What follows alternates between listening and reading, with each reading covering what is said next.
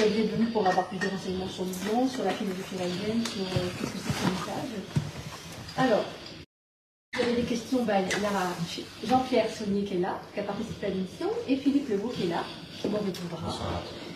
Et donc, pour commencer, les fondamentaux du mouvement raélien, la philosophie raélienne, la vie sur Terre. La vie sur Terre n'est pas le fruit d'une évolution due au hasard, mais bien le résultat d'une création. Non pas d'une création divine, mais d'une création en laboratoire par des êtres possédant parfaitement la maîtrise de la génétique et de la biologie cellulaire, sans que les scientifiques actuels commencent à le faire. C'est en résumé ce que les Elohim, ces extraterrestres très en avance sur notre civilisation, ont révélé à Raël le 13 décembre 1973 dans un cratère d'un volcan d'Auvergne en France, où ils l'avaient attiré télépathiquement.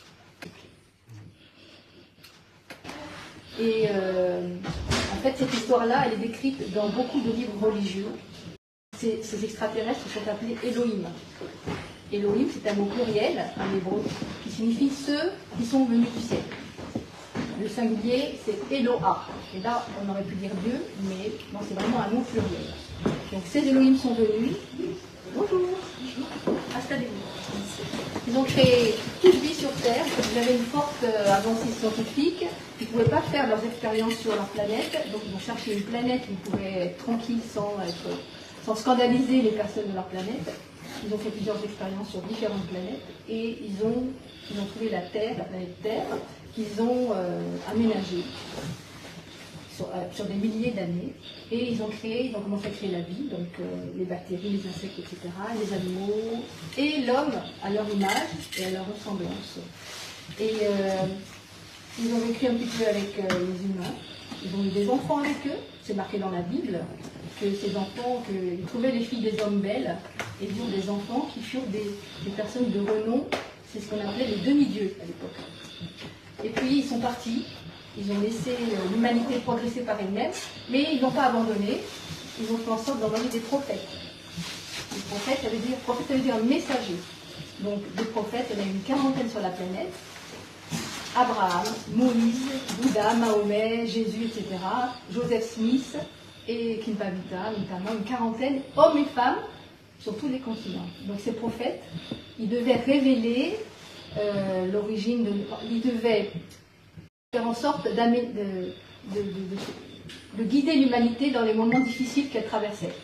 Et ils devaient aussi écrire faire en sorte de créer des religions pour que les écrits servent de preuve quand les hommes pourraient comprendre. Et puis, il devait aussi annoncer une époque, celle où l'on est, c'est l'époque de l'Apocalypse.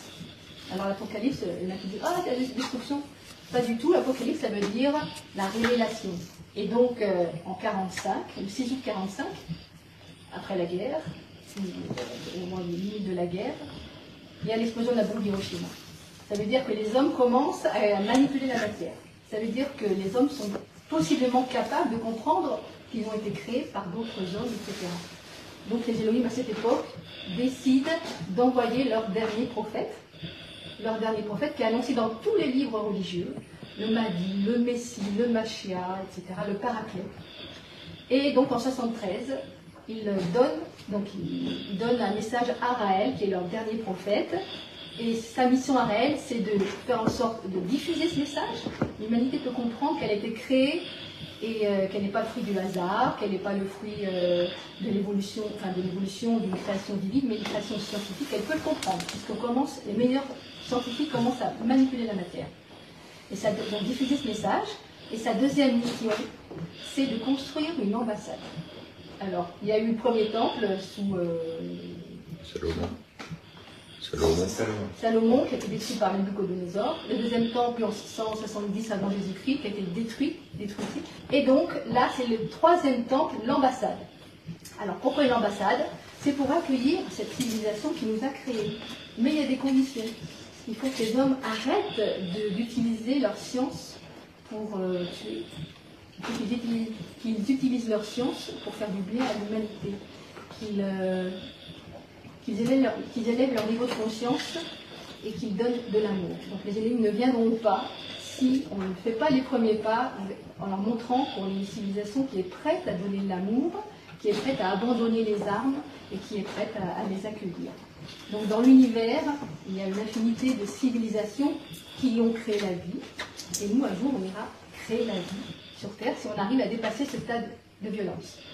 Donc l'histoire des Elohim, c'est l'histoire du passé, notre passé, c'est l'histoire du présent. Ils vont nous apporter, s'ils atterrissent, si on les accueille, ils vont nous partager leurs recherches, leurs découvertes scientifiques, leurs avancées scientifiques. Donc pour cela, on va accueillir Philippe Lebeau, qui est guide raélien, et Jean-Pierre Saunier, guide raélien.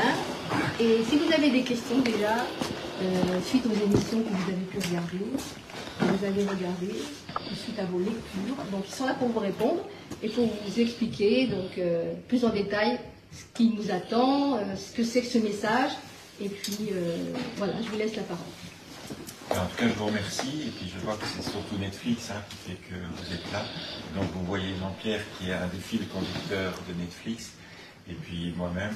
Et il y en a d'autres, mais nous sommes dans les deux les plus anciens. Je pense qu'on fait à peu près 150 ans à nos deux. Mais ça veut dire qu'on est des références. Et nous l'assumons et nous l'acceptons. Et comme vous l'avez senti dans Netflix, on en est très heureux.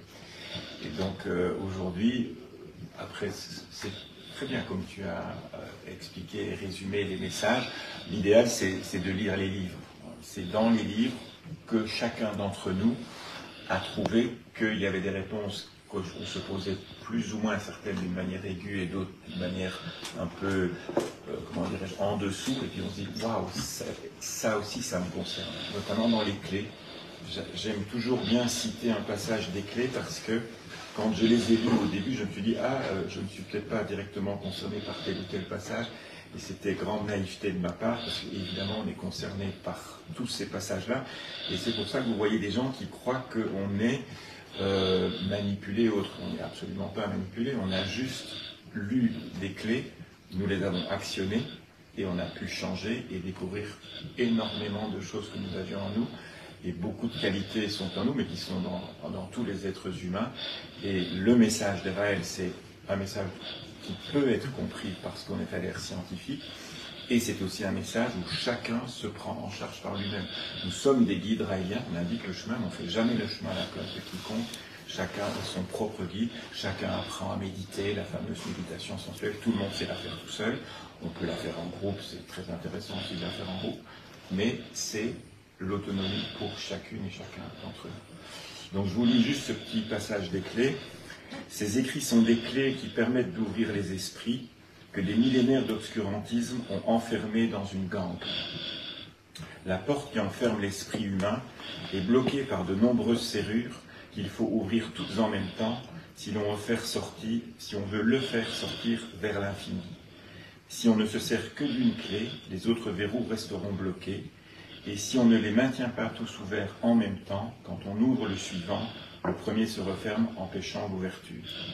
La société humaine a peur de ce qu'elle ne connaît pas, elle a donc peur de ce qui se trouve derrière cette porte, même si c'est le bonheur par l'atteinte de la vérité. Elle force donc, elle aussi, pour empêcher que certains n'en trouvent cette porte, et elle préfère qu'ils demeurent dans leur malheur et leur ignorance. C'est un obstacle de plus sur le pas de la porte par où l'esprit peut se libérer. Mais comme le disait Gandhi, ce n'est pas parce que nul ne voit la vérité qu'elle devient une erreur. Aussi, si vous entreprenez d'ouvrir cette porte, ignorez les sarcasmes de ceux qui n'ont rien vu ou qui, ayant vu, font semblant de ne rien voir par peur de ce qu'ils ne connaissent pas. Et si l'ouverture de la porte vous semble trop difficile, demandez l'aide d'un guide, car les guides ont déjà ouvert la porte de leur esprit et ils connaissent les difficultés de la manœuvre. Ils ne pourront pas ouvrir cette porte pour vous, mais ils pourront... Allez-y, bienvenue. Mais ils pourront vous expliquer les diverses techniques qui permettent d'y parvenir. Ils sont d'autre part des témoins vivants du bonheur qu'apporte l'ouverture de la porte et la preuve que ceux qui ont peur de ce qu'il y a derrière sont dans l'erreur. J'aime beaucoup ce passage parce que nous sommes passés par toutes les étapes décrites dans cette introduction aux clés. Et dans les clés, il y a l'éducation, l'épanouissement, il y a même comment la conception d'un enfant, ce qu'il est bien de faire avant de concevoir un enfant, la mort, toutes les circonstances de vie que nous allons nécessairement traverser sont dans ces clés. Très beau passage.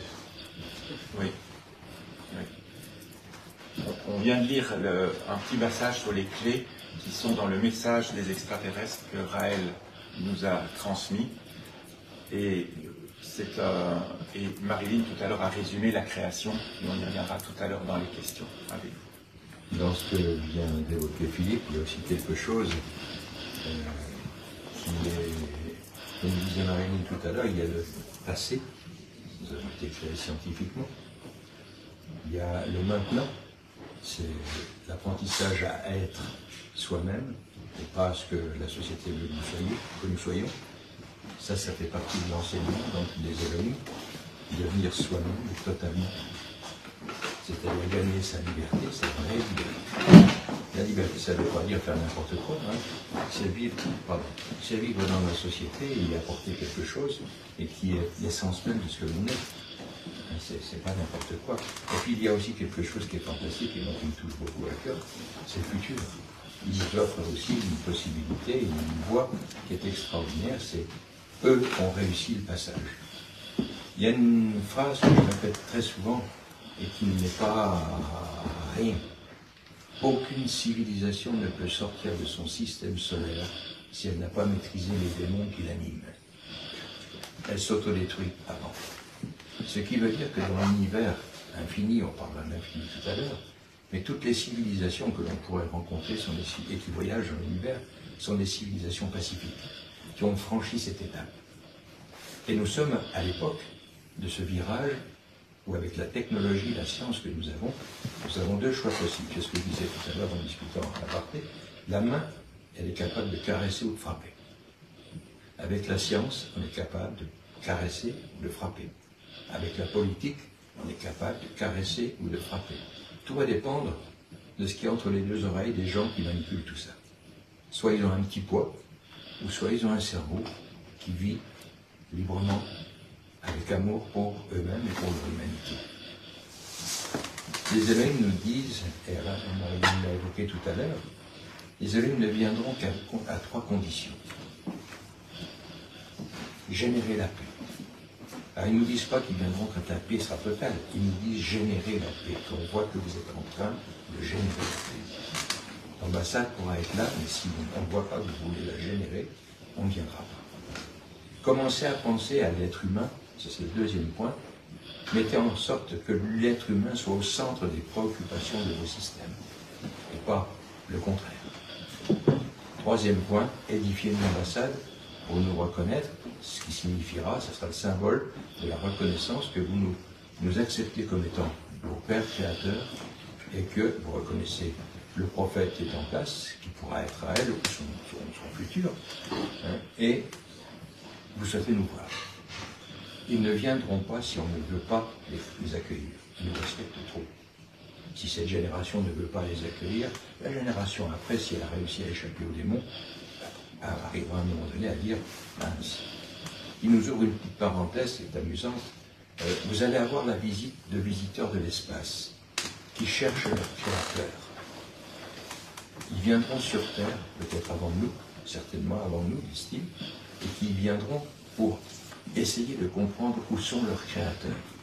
Et c'est vous qui allez leur dire que vous-même, vous avez été créé scientifiquement. Et vous serez à même de leur donner des pistes. Parce qu'eux n'ont jamais eu de contact avec nous, sauf à la sortie des laboratoires quand ça a été fait, car nous avons appris que toute civilisation qui crée une forme de vie sur le monde, un monde vierge, se doit de laisser grandir par lui-même ce monde. Il ne peut pas y avoir, comme on l'a fait, disent-ils, au début, l'erreur qu'on a commise, c'est de vivre avec les créatures. Nous avons vécu avec vous pendant quelques milliers d'années. Nous avons fait des enfants avec vous pendant quelques milliers d'années. Puis ça a mal tourné. Il a fallu qu'on s'en aille pour vous laisser grandir. Donc, ceux qui viendront de l'espace vont venir vous chercher. Nous chercher, disent-ils, et c'est vous qui allez peut-être leur donner les pistes pour le retrouver. C'est notre génération qui risque de voir ça. C'est ça qui est extraordinaire. Comme je disais tout à l'heure, cette génération-ci, vous êtes beaucoup de jeunes, vous allez vivre des moments extraordinaires dans les années qui viennent, les années qui 10, 15, 20 années qui viennent. Il va se passer des choses, croyez-moi, côté humain, avec tout ce qu'on va découvrir, parce qu'on est en plein dans la singularité actuellement, on découvre à des vitesses fulgurantes des quantités d'aspects scientifiques, technologiques et autres. On est encore loin de penser à ce qu'on va découvrir dans 5 ans. Ça va être bouleversant tout ce qu'on va découvrir. Nous, ici sur Terre. Et puis il y a eux qui nous voient grandir et qui approchent, qui mettent des crop-circles à droite et à gauche pour bien rappeler qu'ils sont là, pour nous faire comprendre qu'ils sont là, mais ils ne veulent pas nous embarrasser par leur présence. Ils nous font signe simplement. Et le jour où on sera d'accord pour les accueillir, alors on dira peut-être à des gens comme les Raéliens si on construisait l'ambassade. C'est notre but, c'est de créer cette ambassade, faire en sorte qu'ils viennent, et puis avec cela, l'humanité va vivre quelque chose d'extraordinaire. Parce que, aux portes de cette ambassade, qu'est-ce qui va se passer? L'humanité va être devant une civilisation extraterrestre, qui est les créateurs, d'accord. Mais derrière eux, il y a une multitude de civilisations extraterrestres pacifiques qui existent, et qui nous regardent, qui nous observent, qui nous attendent pour venir dans leur cercle. Parce que l'être humain, quel qu'il soit, à n'importe quel endroit de l'univers, a sa place dans cet univers infini pour quelque chose de particulier qu'on est encore loin aujourd'hui d'imaginer. Mais on a un rôle à jouer. Mais pour ça, il faut d'abord sortir du ventre de la mère et devenir un enfant qui va devenir adolescent et adulte. On est à l'époque des contractions de l'accouchement. On n'est pas encore une humanité. On n'est pas encore une humanité. Une humanité, c'est un rassemblement d'individus qui pensent, qui créent, qui s'épanouissent, qui s'écoutent, qui se comprennent, qui s'aident et qui s'aiment. Quelle que soit la forme de vie que l'on va rencontrer dans l'univers, s'ils ont ces 7 éléments, c'est une humanité. On n'est pas loin. On n'est pas loin. Il y a encore quelques étapes à franchir. Voilà pourquoi moi je suis très très très engagé dans ce processus, parce que c'est l'avenir de mon humanité. C'est l'avenir de mes enfants et de mes petits-enfants. C'est votre avenir. Moi j'ai 80 ans bientôt. Dans un an, je vais 80 ans. Ça va. J'ai bien vécu. Je peux m'en aller. Mais jusqu'au bout, si je peux, je vais faire en sorte que l'on parle de cette ambassade. On les accueille. Je suis à votre disposition, Philippe est à votre disposition.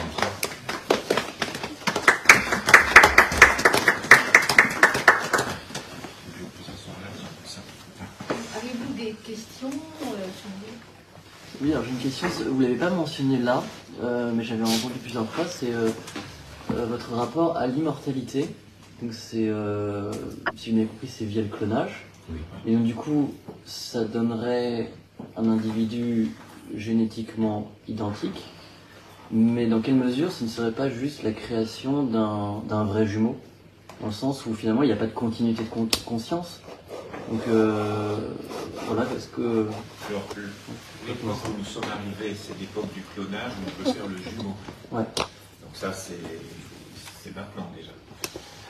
Il y a les cellules souches qui permettent de guérir certaines maladies. Tout ça est extrêmement intéressant et peut être rempli d'amour au passage.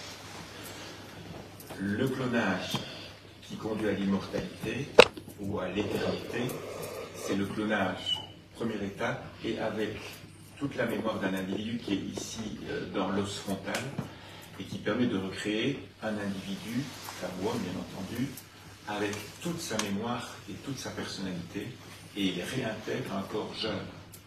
Donc Jean-Pierre parlait de son âge, moi j'ai 73 ans, donc on se dit que si on était recréé dans un corps jeune, avec toute notre personnalité, avec tout ce que l'on sait, c'est ce qu'on se rend bien compte que la vie est très courte, un peu trop courte. Beaucoup de gens ont envie de vivre un peu plus longtemps que 70 ou 80 ans, ou 90 ans, ou 100 ans. Mais même, j'ai un oncle qui est mort à 106 ans il y a un peu plus de 2 ans, et qui avait toute sa tête qui était brillante, mais il n'avait pas, physiquement, il n'était pas jeune. Donc ça, c'est la promesse de l'éternité.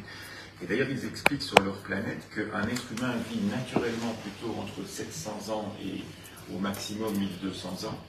Et après, il va mourir. Chez eux aussi, il meurt. Et on peut recréer un individu pour vivre encore un millier d'années. Et il y avait celui qui a rencontré Raël dans le puits de la Sola et qui lui a fait les révélations que Marilyn a rappelées tout à l'heure sur l'histoire de notre humanité sur la planète Terre, a été recréé dans 25 corps. Il a 25 000 ans.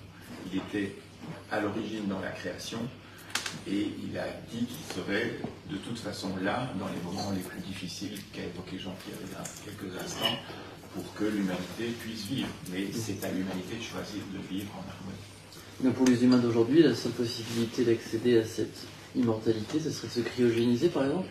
Non, parce que si on se cryogénise, c'est un peu comme quand on met de la viande au super frigo, au congélateur, on ne conserve que la viande. Non, c'est redémarrer avec l'ADN, l'acide désoxyribonucléique, dans un, on va dire un ovule, ou ça peut même être une machine, hein, en l'occurrence. Quand elle est allée sur la planète, on lui a montré que quand on lui a pris à un moment donné une photo, il a vu un robot avec une pierre bleue, c'était sa mère. Il lui a expliqué que ce robot ressemblait à sa mère, mais ce n'était pas sa mère, c'était un clone. Un robot. Par contre, lui, on lui a prélevé une cellule sans aucune douleur, il le précise, et il a vu un autre lui-même, et on lui a expliqué que c'était tout à fait lui-même, avec toute sa mémoire et autres, qu'il n'allait pas continuer à vivre, mais que ça ne faisait rien, puisqu'il savait qu'il était lui, et que elle allait retourner sur la Terre. Donc, quand on est recréé avec des nouvelles cellules, des nouveaux éléments, et on redémarre pour Et du coup, ça veut dire que toute notre mémoire est imprimée sur le génome d'une cellule, c'est ça? C'est plus que ça. Aujourd'hui, là, sur Terre, comme le dit Philippe, nous savons dupliquer maintenant des cellules. Oui. Nous savons faire des cellules souches, et on sait faire donc des clones d'animaux, et voire d'humains. Comme le dit Philippe, on a le corps, mais on n'a pas nécessairement l'esprit. Par contre, dans notre cerveau, nous avons toute notre mémoire. Et celle qui est active et celle qui est plutôt dormante, mais elle est là. Il nous faut, pour nous humains, une technologie qui nous permet de downloader tout ce qu'il y a là-dedans. Le mettre sur, on va dire, c'est une image, hein, sur disque dur, et puis le jour où on recrée le corps, on réupload ce qu'il y a dans le disque dur et on le remet dans la tête. C'est ce qui se passe chez les Elohim. Bon, moi j'ai fait vraiment en caricature, pardonnez-moi, mais c'est comme ça que eux ont mis en place leur société, où ils estiment que des gens qui ont apporté quelque chose de fort à leur humanité, qui a aidé l'humanité à progresser, parce que là il y a un système aussi qui va être un petit peu embêtant pour nous terriens, où on veut que ça soit égalitaire partout. Chez eux, là-haut, il y a un modèle de société qui fait que les plus méritants, qui ont apporté des choses, puissent continuer leur œuvre.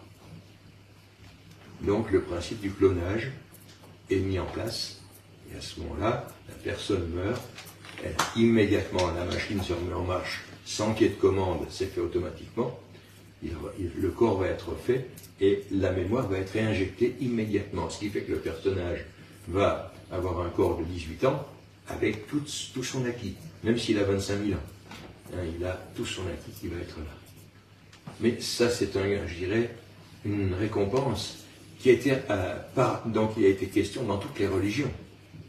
Toutes les religions disent la même chose. Si tu apportes quelque chose qui plaît à Yahvé, tu seras au paradis, ou tu seras recréé.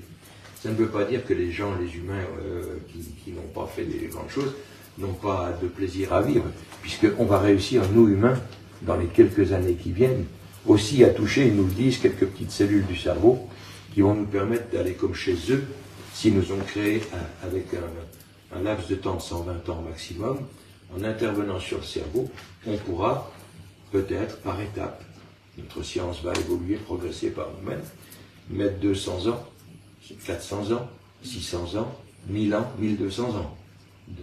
Tout va dépendre de notre science. Et ça sera à la portée de tous. C'est-à-dire que dans quelques siècles, on aura des gens qui vont vivre 1000 ans. Dans quelques siècles, mais pour l'instant, comme on n'a pas de machine pour downloader la conscience, je vais prendre un exemple très cru, hein. Mais si Raël meurt demain, du coup ça veut dire que sa conscience n'est pas downloadée. Mais elle est là. Mais vous avez aujourd'hui quelque chose de fantastique. Et Jésus disait il y a 2000 ans, on n'a pas fait attention à ça. Mais il disait une phrase qui était forte. Mon Père qui est là-haut dans les cieux, sait combien de cheveux vous avez sur la tête en cet instant. Et 2000 ans, qu'est-ce que ça veut dire un truc pareil?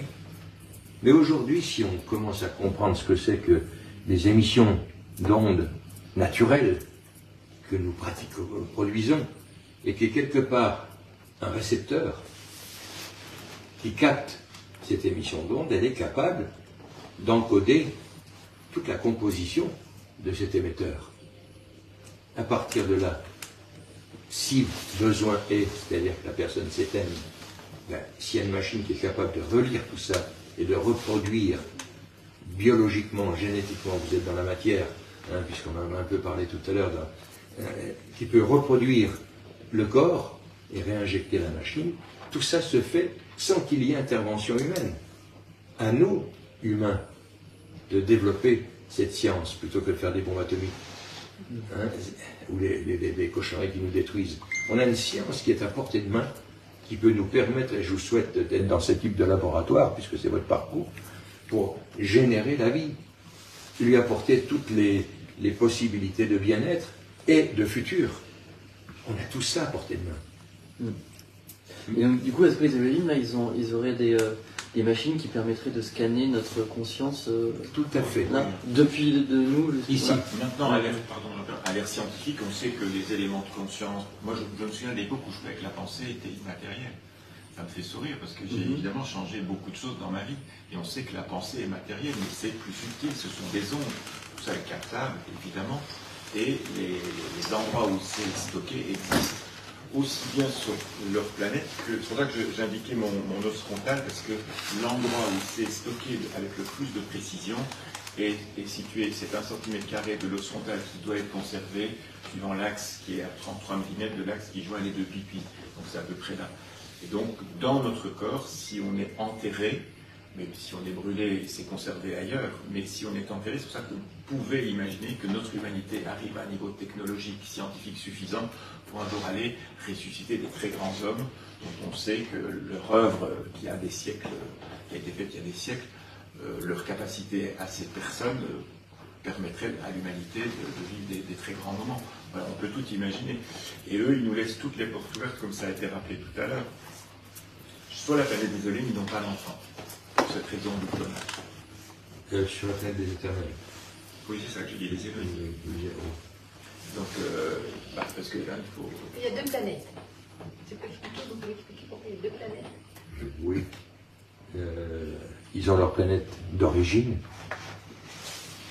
où ils ont développé toute cette aventure de la vie, jusqu'à ce qu'à un moment donné, ils sont partis dans l'espace, et où, comme l'a dit Marilyn tout à l'heure, on leur a dit allez jouer avec vos sciences en dehors de notre monde, parce que vous risquez de faire des dangers.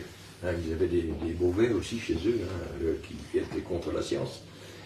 Donc on leur a fait aller jouer plus loin, mais comme ils pouvaient partir dans l'espace, ben, ils sont allés chercher des planètes où ils pouvaient travailler. Et cette planète mère portait la population de cette planète. Et puis, ils ont compris des choses que une planète, ça ne se gère pas médiocrement.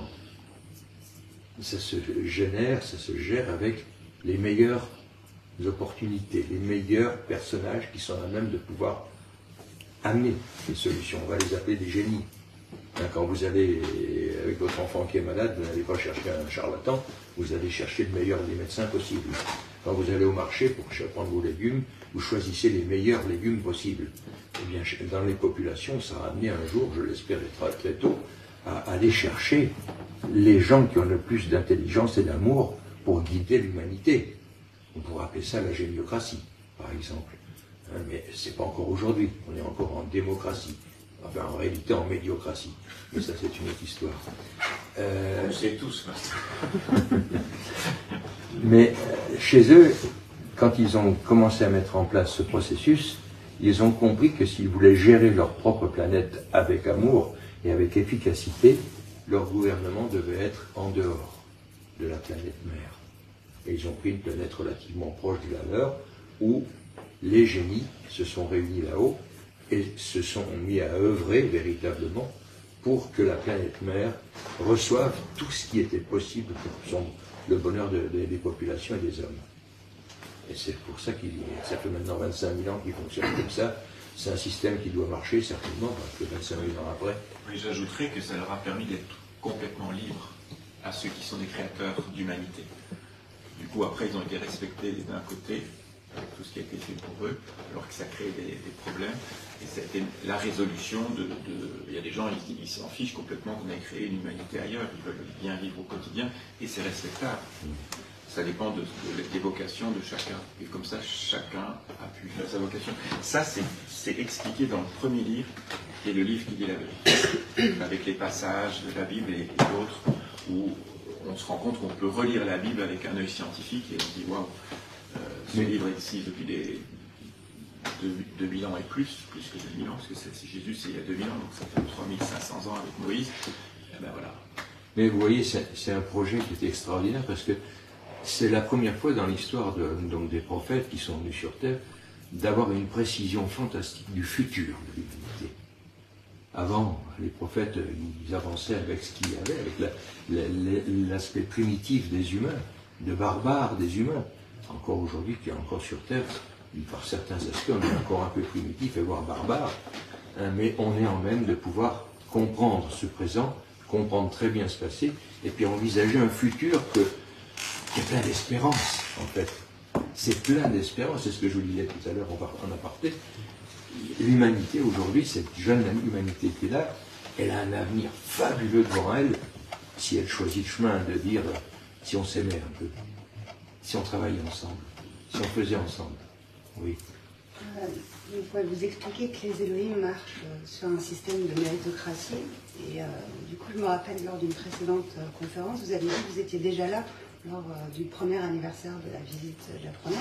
Donc en gros, vous avez passé votre vie à servir à elle, à préparer l'arrivée des Elohim et tout ça. Et donc est-ce que vous n'avez pas le droit, en tant que guide, en tant que quelqu'un qui est là depuis à peu près le début de l'histoire,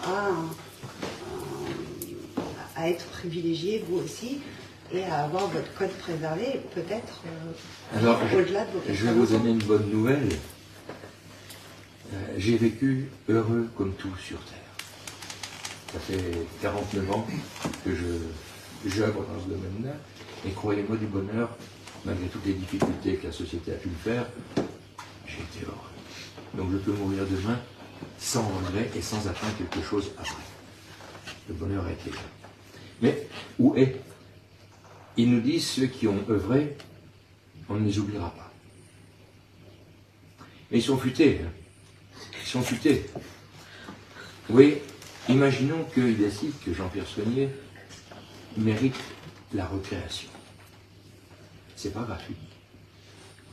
Parce que quand l'humanité va progresser ou redémarrer, parce que si elle s'autodétruit, il y aura toujours quand même des cellules, il y aura à peu près 150 000 cellules humaines qui seront réimplantées sur la Terre. Il y en a déjà quelques milliers qui sont là-haut, les éternels humains.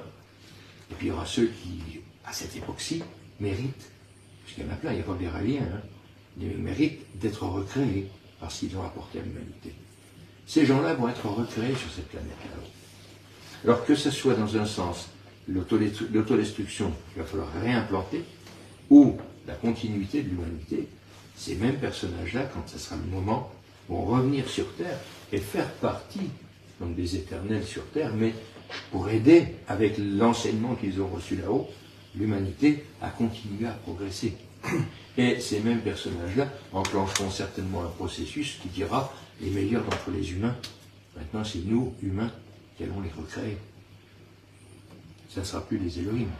Ça sera nous, avec nos modèles de société que nous mettrons en place, qui organiseront notre fonctionnement. Peut-être qu'on adoptera ce que nos pères nous ont enseigné, et ce qu'ils ont fait pour eux et pour nous. Donc, je serai peut-être parmi les éternels, j'en sais rien. si vous regardez Netflix, vous verrez plus à comment il ressemble quand il était jeune. On voit ses yeux, il dit ah ça c'est bien. Oui, vous avez une question. C'est une question. Je voudrais demander ces informations-là, d'où est-ce que vous les tenez? Ce sont des extraterrestres qui les ont révélées à Raël lors de leur rencontre. C'est ça. Parce que, pourquoi j'ai posé ça? Parce que, apparemment, c'est une interprétation scientifique de la Bible que vous avez. Parce que dans la Bible, il est enseigné que, à l'origine, des géants ont vécu sur Terre, ils se sont accouplés avec les êtres humains et ils ont donné des enfants. Et ces géants, dans la Bible, le livre, je ne connais pas tellement la Bible, peut-être que je connais mieux que ça. La Genèse parle de Néphilim, d'Anakim, etc. Et c'était des géants peut-être possiblement plus intelligents que nous. Et donc, il me semble, hein, j'ai un peu entendu quelques interprétations, mais scientifiques, de la Bible. C'est différent de la manière dont les pasteurs interprètent ça. Et aussi, il est dit qu'après la mort, la fin de ce monde-là, il y aura une autre période, des gens seront ressuscités et ils vont vivre autre encore. Et tout à l'heure, vous en avez parlé, et aussi, vous avez dit que ces extraterrestres ont vécu dans d'autres planètes, ils ont été chassés. Ils sont venus au niveau des, je sais pas, des autres planètes. Et la Bible aussi parle de ça. Il a dit qu'à l'origine, il y a eu un conflit. Certains anges ont été chassés du ciel. Ils sont venus aux environs de la terre. Et je sais pas, c'est pourquoi ce qui m'amène à poser la question, c'est une interprétation, mais scientifique de la Bible que vous avez, que les extraterrestres ont révélé à Alors, Raël. quand on dit le mot interprétation, ça suppose qu'il y a beaucoup de choses. En fait, on est arrivé à l'âge de l'Apocalypse. L'Apocalypse du grec, ça veut dire révélation. On est arrivé à l'époque où on peut comprendre. Et chacun fait son chemin. Il y a autant de chemins que d'individus. Mais je me souviens, j'étais dans une radio avec Raël et il y a un monsieur qui dit à chacun sa vérité. Raël a dit tout de suite, non, il y a une vérité.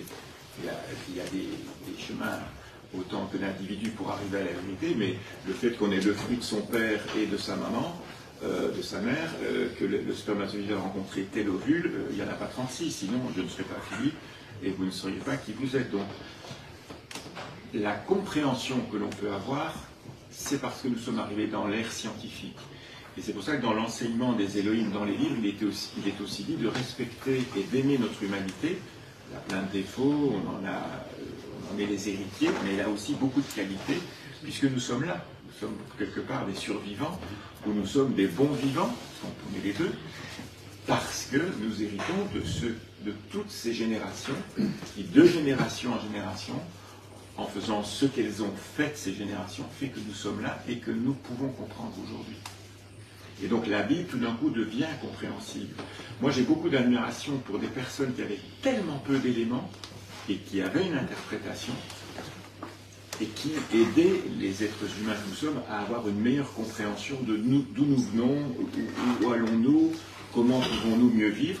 Et là maintenant, on est dans une époque, en fait, par certains aspects, très facile. On ouvre le livre et on comprend immédiatement ce qui est dedans.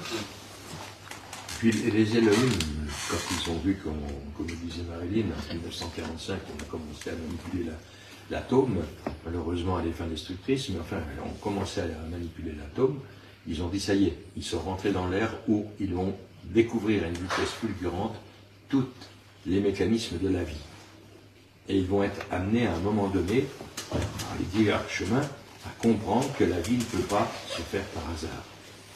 La beauté de la vie, la magnificence des échanges qui sont faits sur cette planète avec toutes les formes de vie possibles et imaginables, qui vivent en harmonie parfaite en temps normal.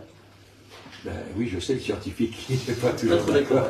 On pourra en discuter. Mais il y a constamment une succession de déséquilibres qui se compensent pour que ça puisse bien vivre, c'est ça. Et il a fallu le génie humain pour articuler tout ça de manière à ce qu'on accepte aussi les successions de déséquilibres qui se compensent. Si on avait fait simplement du beau et puis on laisse aller, il y a de fortes chances que ça n'aurait pas été très loin. Or là, ils ont fait en sorte qu'il y ait un équilibre en permanence qui se fasse.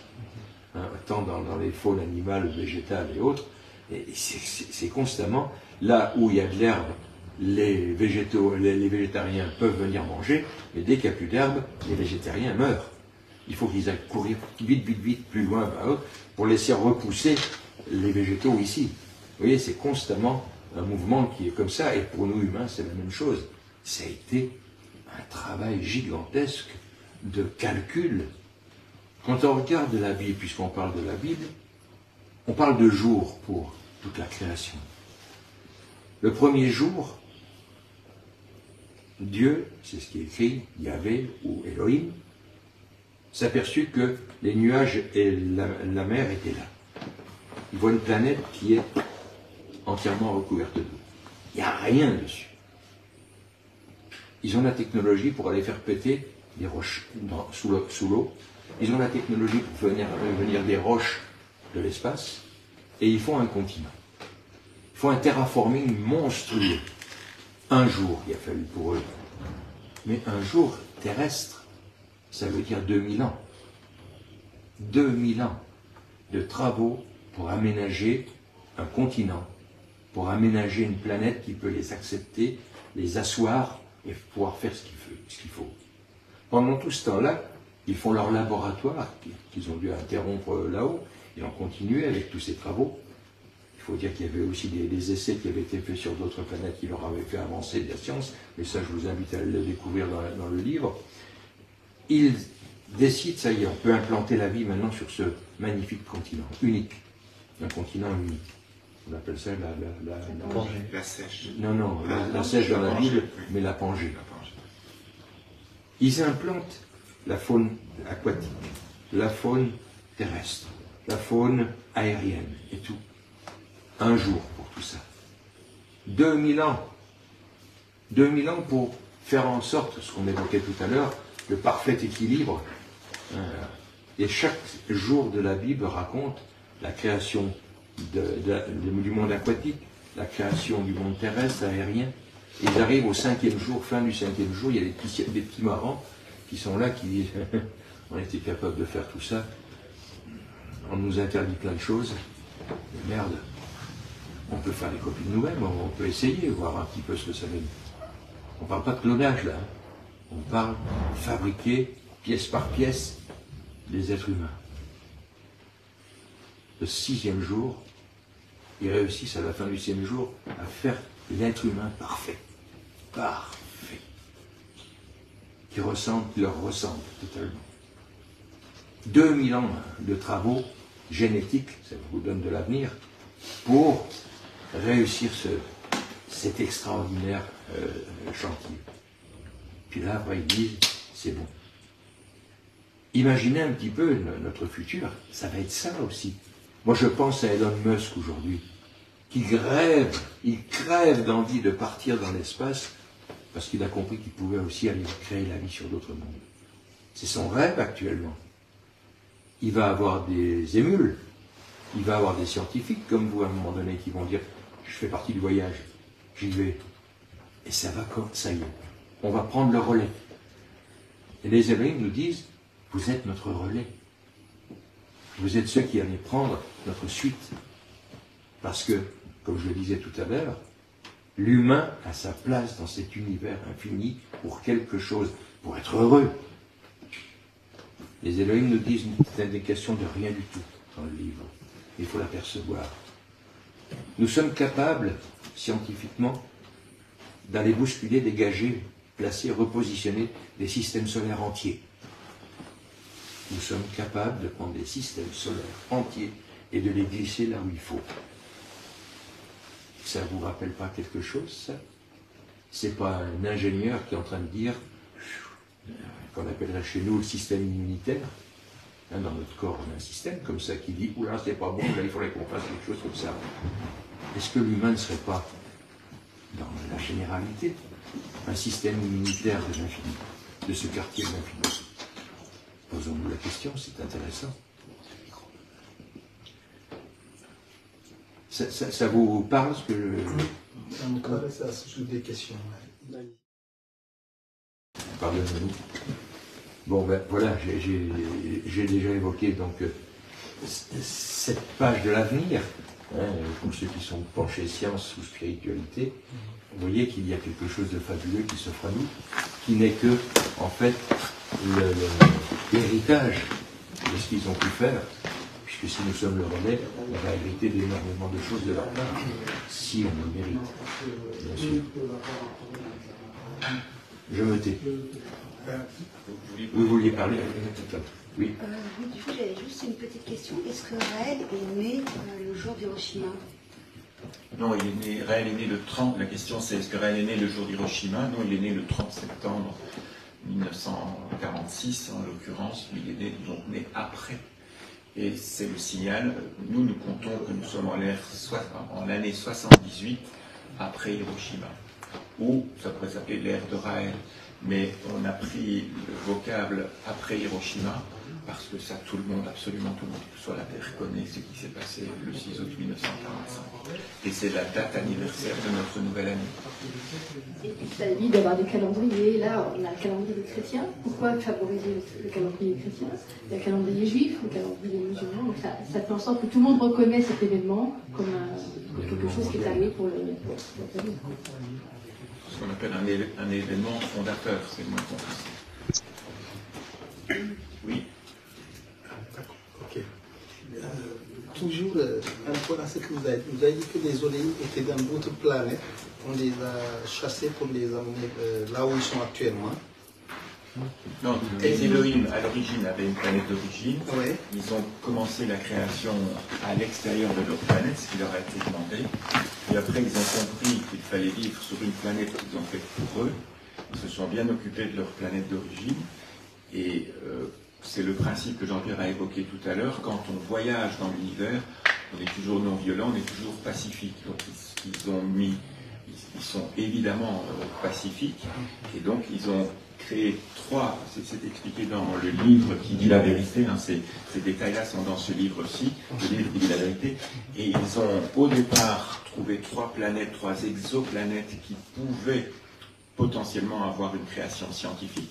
Aujourd'hui, on en a découvert quasiment 5000, et je me souviens au début du mouvement, il n'y en avait pas d'autres que la planète Terre, donc on n'en voyait pas d'autres, il y en avait des milliers, moi j'avais compris tout de suite qu'il y en avait beaucoup plus qu'une dans l'univers et de notre portion de galaxie, c'était une évidence. Et donc, ils ont fait les 3 premières expériences, une autre était trop près de son soleil, une autre, la végétation s'est beaucoup trop développée, et il y avait la planète Terre, et qui a un destin un peu particulier, parce qu'ils l'ont fait avec un amour et un enthousiasme de découverte, et ce qui fait qu'on a un destin un petit peu spécial, et qu'ils veillent particulièrement sur nous, mais ils ont été bien sûr fait la vie sur d'autres planètes, puisqu'ils connaissent tout ça depuis maintenant des milliers d'années. Oui. Donc en fait, moi j'ai l'intime conviction, parce qu'il serait éminemment égocentrique de penser que ce n'est pas le cas, qu'il y a bien sûr de la vie ailleurs, et que la planète Terre est d'un tel miracle, et il y a de tels mystères dans différentes civilisations à travers notre histoire et tout ça, que l'existence d'une autre civilisation qui nous aurait créés, qui nous aurait aidés, qui se serait mélangée à nous à certaines périodes de notre histoire, ça a du sens. Mais là, en fait, où je me pose des questions, c'est sur la nature messaïque en fait de Raël. Parce qu'à la base, il soit le messager, celui à qui on a parlé, c'est logique, il fallait bien qu'il parle à quelqu'un. Mais en fait, à un moment, il vous a dit, voilà, je suis le frère de Jésus, je suis le frère de Bouddha, je suis Messie. Non, il est le frère de Jésus. De Jésus. Voilà, et il est le fils d'un extraterrestre et d'une terrienne que j'ai d'ailleurs rencontré il y a quelques années. Mais du coup, quand il y a eu cette mutation de messager à prophète, qu'est-ce qui a fait que vous y avez cru? Qu'est-ce qu'il y a dans la nature même de Raël, parce que nous on ne l'a jamais vu, qui vous a convaincu qu'en fin de compte il y avait du vrai là-dedans? Au départ, quand on doit d'abord lire les livres, et quand on a lu les livres, on se met à comprendre. On commence à comprendre avec les livres, et quand on rencontre Raël, qui est une personne toute simple, on est à un autre début de compréhension. Et je me souviens, j'étais dans la première émission en Belgique en 1979. Ça, c'est le livre « Accueillir les extraterrestres ». Il il est de l'autre côté, dans lequel il dit qu'il est le fils de Yahvé. Et il lui avait été demandé d'attendre 3 ans avant le message, là où il est emmené sur la planète des Elohim, c'est donc le 7 octobre 75, et au bout de 3 ans, il révèle qu'il est le fils de Yahvé qui était le chef des scientifiques, qui a conduit la création de la vie scientifique sur Terre.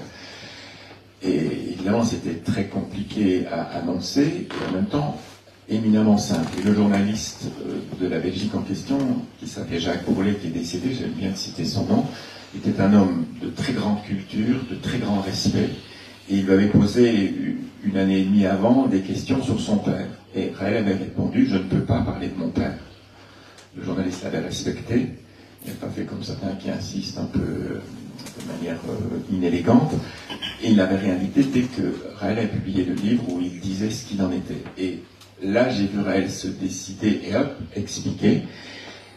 Et il avait des craintes que ça ne soit pas accepté. Mais il avait déjà vécu assez d'épreuves, et nous avions bien lu, nous avions connu des gens qui n'étaient pas d'accord et qui disaient n'importe quoi, et autres. Et donc ça a été accepté très naturellement. Ça lui a fait un bien énorme que ce soit accepté très naturellement. Pour nous, ça allait quasiment de soi. Quand moi j'ai eu le privilège de conduire la première mission en Israël pour parler à Jérusalem et faire la première conférence, avant de partir, elle m'a entre autres dit, tu expliqueras que Moïse, c'est pas l'histoire du petit berceau qui est une histoire, une légende.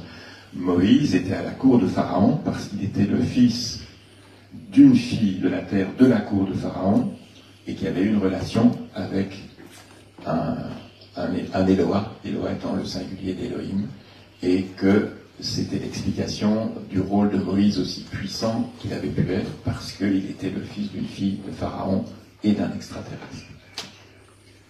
Donc en fait, l'ouverture des eaux était les Elohim qui avaient intervenu sur la matière pour l'aider dans... Oui, ce sont des répulseurs, donc ça, aujourd'hui, à notre époque, on peut déjà imaginer, on n'est déjà pas loin de pouvoir le faire, donc ça, c'est évidemment un élément scientifique qui permet aux humains de traverser. Alors, moi, j'ai beaucoup écouté les rabbins du monde orthodoxe, et alors nous, on a l'image de Moïse dans les 10 commandements de Cécile B2000, et puis que tout s'ouvre et qu'il passe à pied sec. Et dans ce que disent les Juifs, en fait, l'eau était juste là, parce que le message c'est que on vous aide, mais on vous laisse faire le maximum par vous-même. Donc ils ont traversé avec courage, et puis bon, il s'est passé ce qui s'est passé, ils ont été sauvés. Et d'ailleurs, il y a une autre partie du monde juif qui est allée sur un autre chemin, vers Kama, vers l'Afrique. Voilà. Pour ma part, moi j'ai en 1974, quand j'ai découvert les messages, j'ai été étonné par la réaction des humains. Ça se passait à la radio avec une émission qui s'appelait La Balise RTL. Et puis il y avait donc les deux personnes qui faisaient, donc le meneur de l'émission et puis un artiste qui s'appelait Gilbert Bécaud et qui accueille un petit bonhomme qui vient dire gentiment, avec timidité, j'aurais un message à faire passer. J'ai été en contact avec un extraterrestre, alors naturellement, quand on raconte ça à 3h l'après-midi sur une antenne de radio, vous voyez un petit peu ce que ça peut donner. Et puis, il a tenté de faire ce que Marilyn a fait en quelques secondes, parce que c'était pas une minute. Et là, il s'est fait foutre de lui, comme c'est pas croyable, par Gilbert Bécaud. Là, j'ai accusé le coup parce que je ne pouvais pas tolérer qu'on définisse l'imbécilité chez quelqu'un sur ce qu'il dit, alors qu'on ne vérifie pas, on ne cherche pas à comprendre. Là, ça m'a révolté. Puis quand j'ai découvert le message, le livre, dans une librairie où je n'allais jamais, et j'y suis allé 15 jours, 3 semaines après cette émission, et j'ai découvert ce livre, pour moi, en une nuit, ça m'a frappé énormément, tout ce qui était dedans. Pour moi, c'était évident. Il y avait comme s'il y avait quelque chose ici, dans ma tête, qui se déclenchait, qui disait, ok, tu le sais, c'est marqué dans ta tête, et là tu viens de le confirmer. C'est idiot ce que je suis en train de vous dire, mais C'est la sensation, j'ai toujours cette sensation dans ma tête aujourd'hui. Ça s'est déclenché comme par miracle. Oui. Alors que j'étais pas facile à convaincre pour des tas de choses. J'ai décidé d'aller voir ce personnage. J'ai mis quelques mois avant d'y aller, et j'y suis allé. J'ai rencontré Claude Vorillo. Il guidait son petit peuple qui commençait à grandir avec un organisme qu'on appelait le MADEC, qu'il avait créé, le mouvement d'accueil des Elohim créateurs de l'humanité. C'était les tout premiers piliers de son mouvement. Et j'ai vu quelqu'un en fait, qui guidait du monde, mais il avait sur ses épaules une sacrée charge, ça se voyait.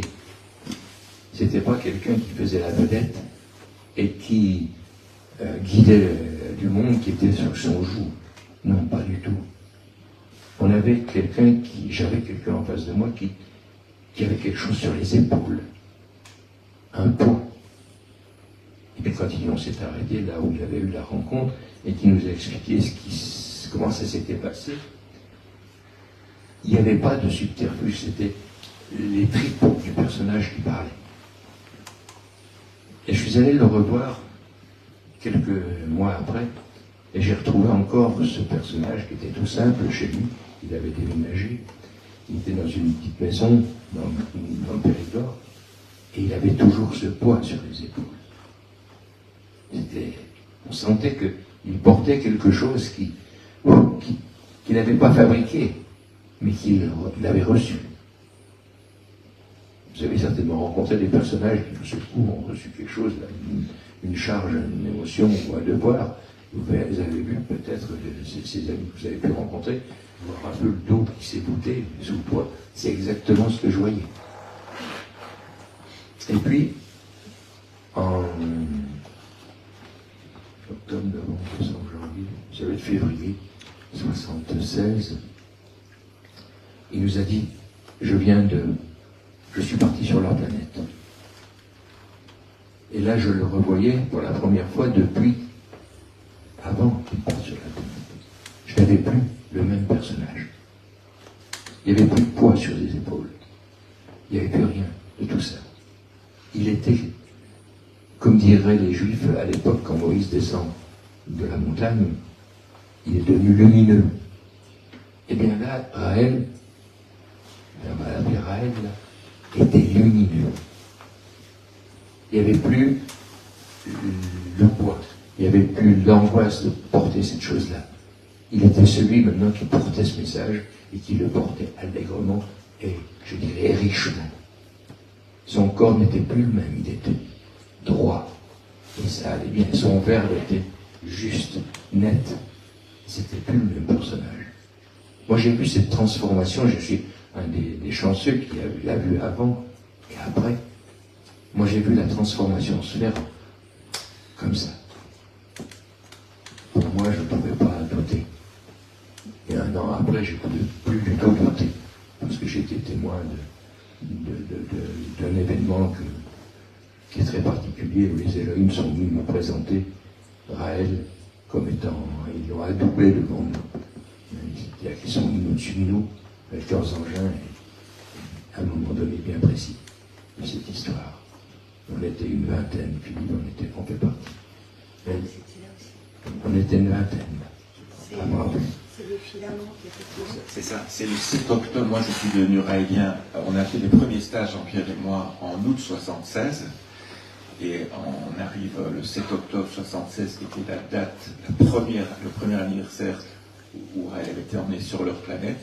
Et Jean-Pierre, qui a une vue d'aigle, voit deux points lumineux dans le ciel. Quelques instants après, je les vois. Et nous étions une vingtaine de personnes.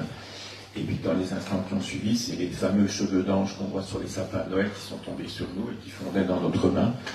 Et je me souviens, j'ai appelé ma famille le lendemain, ils m'ont dit ta voix est toute changée, qu'est-ce qui s'est passé? On avait vu ça. Et donc Raël était avec nous et il disait, là je ne suis pas tout seul, vous pouvez témoigner. Et dans les temps qui ont suivi, c'était que Raël qui faisait les conférences. Il y avait souvent beaucoup de monde. Et quelquefois, c'était très, très animé, pour ne pas dire irrespectueux. Et Raël disait, tiens, je pense que Philippe est dans la salle, est-ce qu'il peut témoigner? Je témoignais, et ça aidait énormément les gens à comprendre que ce que disait Raël était la vérité. Alors, je veux pas être insultant ni rien, mais est-ce que vous consommiez des psychédéliques à l'époque? Jamais. J'ai eu cette chance de ne jamais rentrer dans des choses pareilles. Donc, comme l'a rappelé Jean-Pierre, on était quelques-uns, donc et puis c'était filmé en Super 8. Bon, là on voit pas trop les filaments, parce que le Super 8 n'a pas la précision de ce qu'on est aujourd'hui. On a les filaments quand même qui ont été récupérés par des Voilà. Et ils ont été analysés, oui. Oui. C'est une chaîne de carbone. Mais aussi, il y en a qui ont compris sans avoir vu. Eh bien oui, bien sûr. Alors on s'est rappelé, Jean-Pierre et moi, qu'on avait compris avant d'avoir vu. Hein, on avait lu les messages, on avait compris avant. Et que pour nous, c'était une carte postale merveilleuse, et c'était pour Raël que des gens soient près de lui, avec lui, et qu'ils osent témoigner. Parce que on comprenne est une chose, mais oser témoigner, bon, vous avez devant vous Jean-Pierre et moi-même, nous, on a toujours osé témoigner. Moi, j'ai vécu des reproches invraisemblables dans divers milieux dans lesquels j'étais. Pour moi, ce que j'avais compris était vrai, et ce qui était vrai était bien plus important que tous les reproches et les choses trappes qu'on a pu me faire. Et j'ai vécu des moments parfois absolument extraordinaires où, par exemple, je ne pouvais plus avoir mon passeport parce qu'on m'embêtait en Belgique, et puis j'arrive dans un commissariat de police, et le commissaire Roskam, je peux signer son nom parce que c'était il y a 40 ans à peu près, je comprends qu'il me reconnaît, et j'avais les papiers dans les mains, il me dit « Donnez-moi cela », et revenez dans 8 jours. Je ne dis rien, parce que j'avais été dans divers endroits pour avoir mon passeport pour le renouvellement. 8 jours après, je suis venu, et il m'a donné mon passeport. Parce qu'il trouvait absolument intolérable qu'on m'empêche d'avoir mon passeport, parce que j'étais devenu Raël. Et voilà, donc ce sont des témoignages. Mais quand on témoigne pour la vérité, c'est important, ce qu'on dit là pour vous, parce que vous êtes en train de découvrir les messages, et bien sûr, vous allez avoir des contradicteurs devant vous, et des gens qui vont ne pas nécessairement être très agréables avec vous, si vous émettez l'idée que ça vous intéresse, et que vous pourriez devenir raélien, etc. Bon. On passe au travers, c'est parfois un peu compliqué, mais en fait, c'est beaucoup plus simple qu'on peut l'imaginer. Et au moins, on s'endort tranquille. Ça n'a pas de prix. On est en corrélation, en adéquation complète avec qui l'on est. Ça, c'est un cadeau extraordinaire. Juste le jour du 7 octobre 1976, un an après le départ, nous étions un grand groupe raélien. Et Raël a demandé aux responsables des différentes régions de les suivre. On est allé à 300-400 mètres du groupe de Raël. Et comme nous étions des responsables engagés, il nous a demandé confirmation, est-ce qu'on veut l'aider dans cette mission? Est-ce qu'on tient le choc pour diffuser cela et organiser nos régions? C'était en fait une forme de contrat qu'on signait avec lui, verbalement, virtuellement. Un engagement. Et c'est à ce moment-là que les engins sont arrivés. Nous, on ne les attendait pas. Je ne sais même pas si lui les attendait. Je ne suis pas sûr. Et ils sont arrivés au-dessus de nous. Ils étaient à 5000 mètres d'altitude.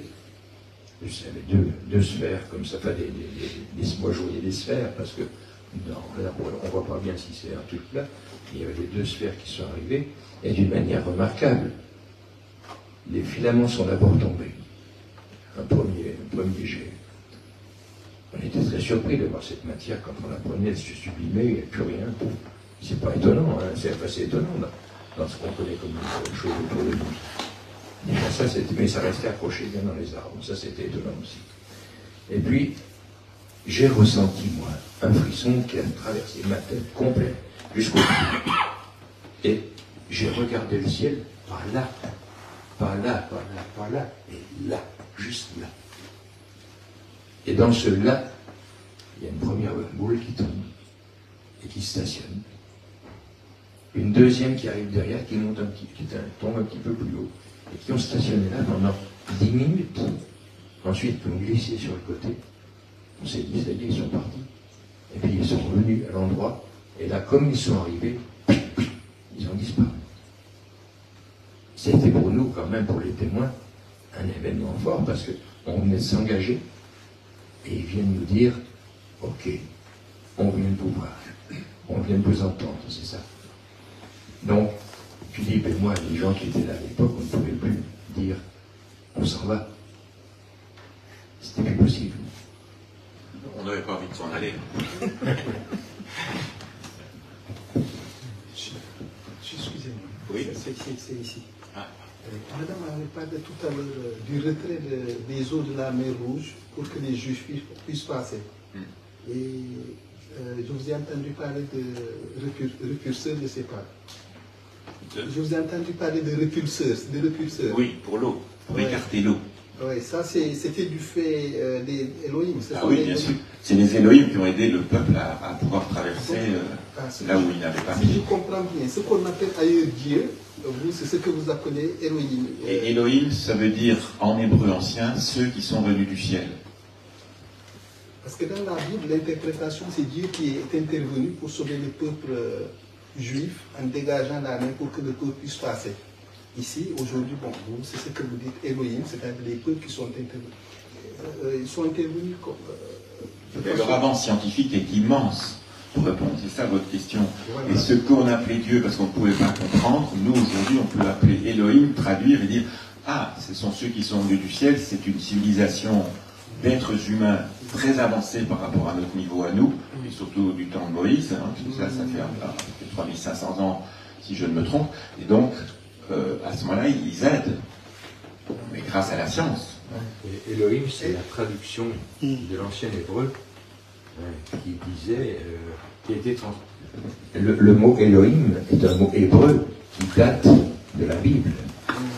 Et dans le littéraire, Elohim, ça veut dire ceux qui sont venus du ciel.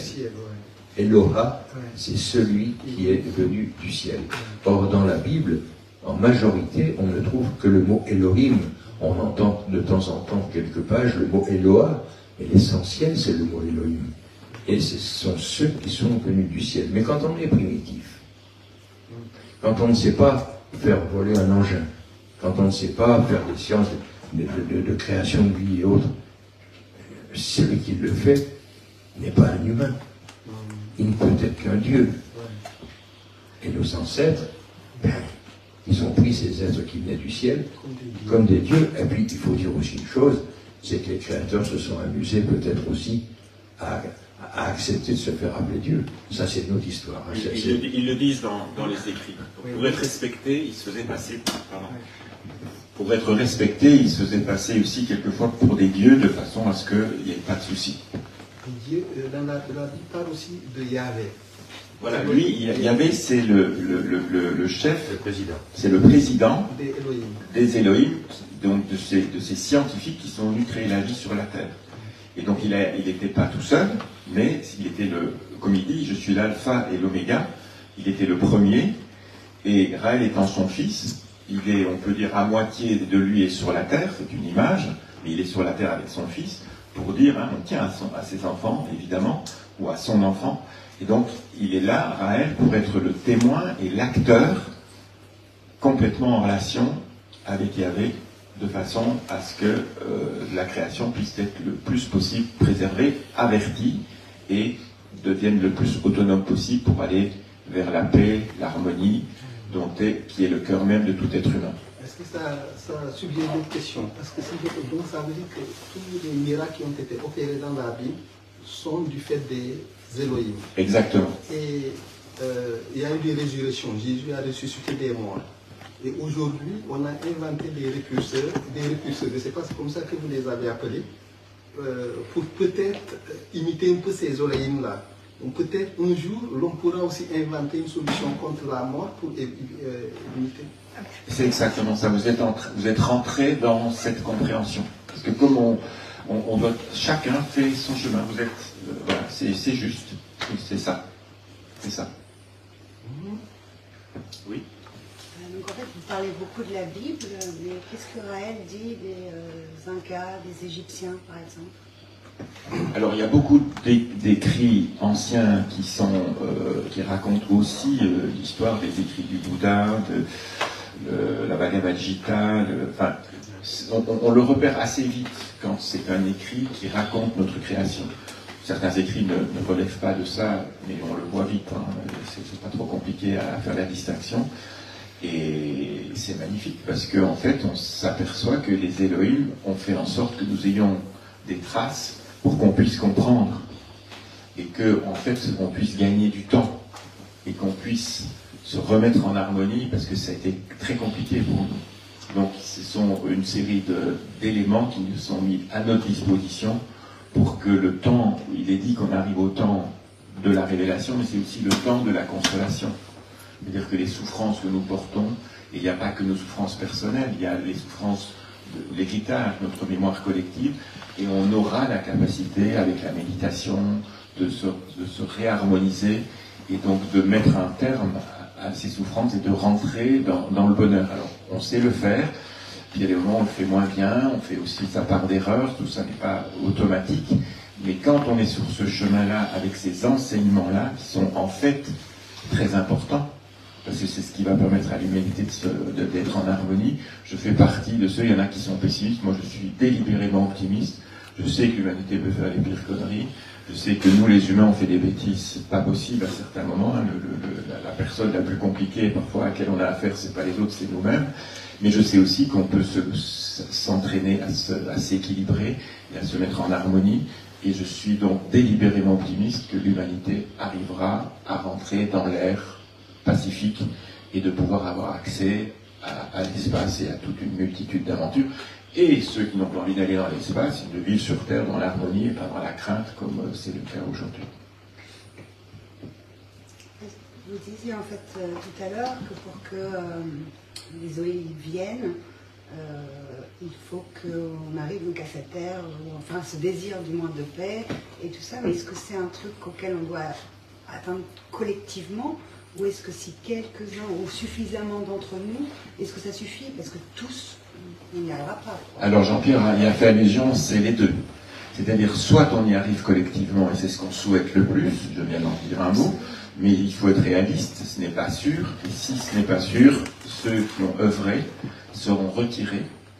Et ils disent dans une phrase qui est dans le 2e livre, et nous vous attendons sur notre planète. Donc, mais la plupart des Raïens ne pensent pas trop à cette possibilité-là. Pour le moment, l'humanité vit, nous sommes dedans, et on fait le maximum pour que ça puisse fonctionner. Même si nous paraissons être très très peu nombreux, en fait, on est quand même plus connus qu'on ne le ressent dans le quotidien. Mais il faudrait qu'on soit un peu plus nombreux quand même.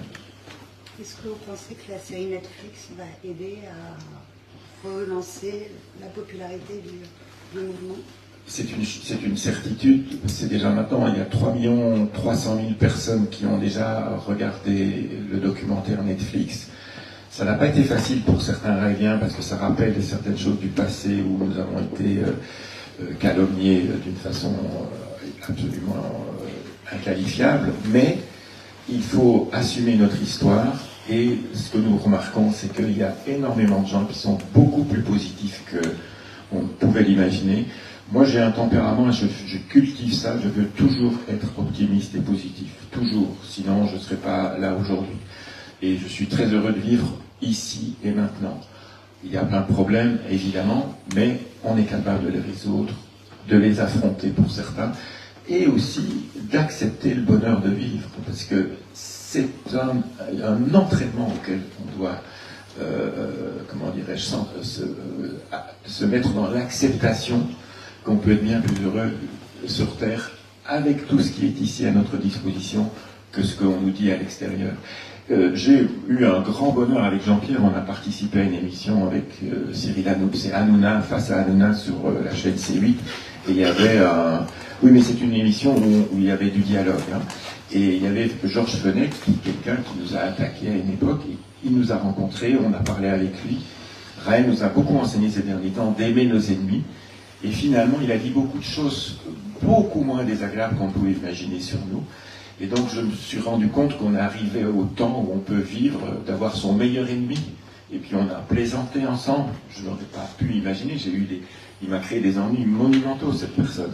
Mais aujourd'hui, il reconnaît que c'est possible. Il nous parle finalement, pas à tout moment, mais souvent avec respect et avec intérêt. On le voit dans le documentaire. Il dit que c'est possible. Et puis bon. Donc, le pardon, c'est possible. La nouvelle donne, c'est possible. Et on peut y arriver. Oui. J'ai une question. Du coup, j'imagine que ça ne t'a pas échappé que le consensus scientifique n'est pas forcément calé avec l'histoire que vous racontez. Comment est-ce que vous expliquez cela? Est-ce que c'est les scientifiques, on va dire, la communauté sont incompétents, ou est-ce qu'il y a un secret qui est caché? Non, il n'y a pas de secret caché. Enfin, non, pas de secret caché. Je suis issu d'une famille où il y avait beaucoup de scientifiques. Mon père était ingénieur. J'ai un grand-fils qui est anesthésiste, intensiviste, etc. Lui est plus souple que d'autres, mais quand moi j'ai fait mes études secondaires, j'ai fait latin-sciences, j'avais un professeur de biologie qui s'appelait M. Barlet, j'aime bien citer son nom. J'avais 17 ans, donc c'était il y a un bail, il y a plus que 50 ans, 57 ans, et il nous avait enseigné pas du tout le darwinisme, comme étant la vérité. Il y avait le darwinisme, il y avait le lamarckisme. Il nous avait enseigné qu'un ovule peut démarrer la méiose, c'est-à-dire la division cellulaire, par une décharge électrique. Donc j'ai eu ce privilège de savoir ça à 17 ans, donc en 1967. Et donc, il y a des scientifiques qui fonctionnent avec nous. Dans le mouvement ravelien, il y a de très grands scientifiques de très haut niveau. Il y en a d'autres qui n'ont pas un très haut niveau et qui, évidemment, sont en adéquation avec les messages. Et il y a aussi, je pense, dans le milieu scientifique aujourd'hui, beaucoup qui n'osent rien dire parce qu'ils veulent garder leur place et qui, pour eux, sont assez OK avec ça. Et puis, il y a les plus conservateurs. Ils ont un grand savoir scientifique et en même temps, ils restent avec certains éléments comme avant. Et c'est tout. Alors, comment expliquer que, quand même, l'écrasante majorité des paléontologues, par exemple, considèrent que la vie a 3,8 milliards d'années, qu'il y a eu une météorite il y a 65 millions d'années. Alors il y a deux explications très courtes, parce qu'évidemment, la Terre existait avant notre humanité, donc on peut trouver des éléments d'humanité ou de création qui nous ont précédés. Ça peut parfois expliquer des distances dans le temps énormes. Et je me souviens quand je faisais les premières conférences, Jean-Pierre on avait organisé, je ne sais pas combien de conférences, on en a fait, je crois qu'on en a fait 140 à une époque, dans les premiers temps du mouvement, et je disais aux gens, vous verrez que plus la science va avancer, plus le temps va raccourcir. Et on remarque aujourd'hui qu'il y a beaucoup de documents qui disent maintenant, c'est en milliers d'années, avant c'était en millions, ou en centaines de millions d'années. Alors ça reste, mais il y a des découvertes qui tendent à venir plus vers une époque plus proche de la nôtre. Ça consomme. Jean-Pierre a envie de dire quelque chose. Oui. Ça va vous satisfaire ou pas. Mais rappelez-vous ce qu'on a dit au début. Au commencement, la planète était entièrement recouverte d'eau. Ils sont venus, ils ont fait du terraforming. Ils ont secoué la roche de la Terre qui était sous l'eau d'une manière extraordinaire pour faire monter un continent. Ils ont fait venir de la matière de l'espace pour habiller le continent. Toute cette matière-là existait à des strates différentes des couches, et ce sont d'un seul coup, pour certaines, montées en montagne, d'une manière brutale. C'est ce qui fait nos belles montagnes aujourd'hui. Il y a eu dans ce terraforming des quantités de secousses véritables qui a transformé l'emplacement original de la planète. Ce qui fait qu'on a de la matière qui était en surface sous l'eau, qui avait tel phénomène chimique vécu par ce qui était à ce niveau-là, alors qu'en dessous, c'était d'autres rythmes. Donc si on analyse les couches du haut et les couches du bas, on va s'apercevoir qu'il y a des différences, donc dans la datation, enfin on va trouver des différences que l'on va s'amuser à dater. Imaginez après un terraforming comme ils ont pu le faire. On va trouver des quantités de couches différentes et autres qui ne tiennent plus la route en termes de continuité. Ça, c'est la première étape. Et dans l'histoire de l'humanité, avec les Elohim, il s'est passé quelque chose de terrible. L'être humain n'a pas été considéré comme être humain tout de suite. Il a été considéré par la majorité des scientifiques qui étaient là comme des chimères scientifiques, qui n'auraient pas eu lieu d'être puisqu'il était interdit de fabriquer des humains. Et quand il y a le chaos où les humains ont voulu exprimer leur réalité, leur existence, ils sont entretués entre eux, les humains. Et là, les partisans de l'humanité ont tenté de calmer le jeu, mais ceux qui étaient opposés à l'existence des humains en tant qu'humains ont dit on rase tout, l'expérience n'est pas bonne. Ils ont tout bouleversé. Ils ont fait péter ce continent unique, ils l'ont fait éclater, avec tout ce que ça a comme conséquence. Ça a anéanti toutes les formes de vie qu'il y avait sur la Terre, toutes, sans exception. Ça fait un cercueil tohu-bohu là aussi. Les continents vont éclater, bouger, s'écarter et être ce que l'on est, avec notre vitesse résiduelle qu'on a encore, parce que les continents bougent encore. Oui, mais voilà. On est dans une vitesse résiduelle. Les scientifiques vont commencer à le comprendre peut-être bientôt. On n'est pas dans une vitesse donc de... non, il y a eu un éclatement véritable avec des vitesses considérables lors de ce bombardement. Et c'est seulement après où certains défenseurs de la vie se sont dit heureusement, on a toutes les données dans nos ordinateurs en cachette, on va aller refabriquer la vie sur Terre. Les petits malins là. Ils sont venus réimplanter, c'est ce qu'on va appeler Noé dans les mythologies. Ils vont réimplanter la vie sur la Terre. Ils vont le faire en catimini, avec toute la végétation, tout cela, et ainsi de suite. Nouvelle forme de temps et de datation. Encore. Il s'est passé quelques centaines, milliers d'années peut-être. Et là, chez eux, chez les Elohim, ils vont apprendre eux aussi qu'ils ont été créés scientifiquement par d'autres avant eux. Par d'autres, des pères à eux. Et là, ils vont dire, mince, qu'est-ce qu'on a fait? On vient de bousiller la suite logique de notre existence, de notre réalité. On l'a bousillé. Il y a les petits malins qui vont dire, on n'a pas tout perdu, on a refait les trucs, c'est là, c'est là. Maintenant, il faut nous aider à recompléter le tout. C'est une double aventure qu'il y a eu, la création et puis la recréation. Imaginez que les scientifiques, dans tout cela, dans ce tohu-bohu, qu'est-ce qu'ils peuvent découvrir comme datation? Ça va être très difficile. Et ça, ils ne savent pas. Ils ne savent pas. Ils ont juste un écrit dans la Bible qui dit « il y a eu le déluge ». Mais les scientifiques n'en tiennent pas compte, puisque c'est mythologique. Mais justement, vous dites qu'il y a un tohu-bohu, c'est sans dessus-dessous. Mais alors, comment vous expliquez que les scientifiques, actuellement, ont un scénario qui est très précis en termes de dates, d'enchaînement des événements?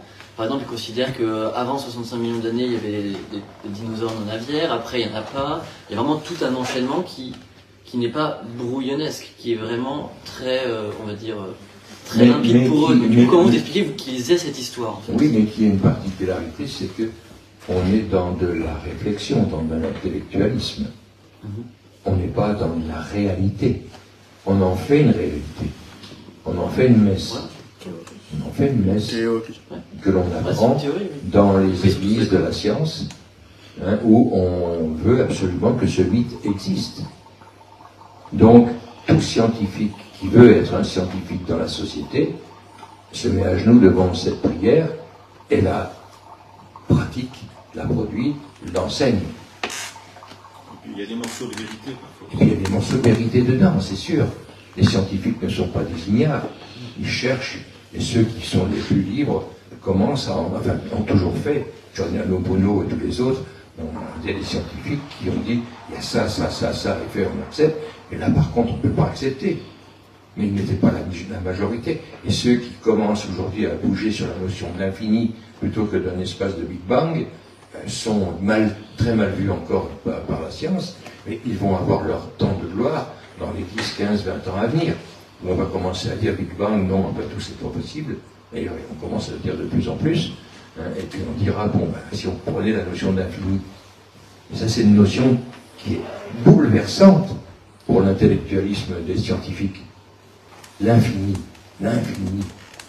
Si, comme le disent les Elohim, dans un atome qui compose le bout de mon doigt, là, le jour où vous aurez la science qui vous permettra d'aller voir dedans dans l'infiniment petit, vous allez découvrir qu'il y a des civilisations sur des planètes à l'échelle de l'infiniment petit qui regardent leur ciel en se posant la question qu'est-ce que c'est que toutes ces étoiles, et qui vivent en société comme nous, et qui sont eux-mêmes composés d'atomes qui, à leur niveau, portent aussi la vie à l'infiniment petit.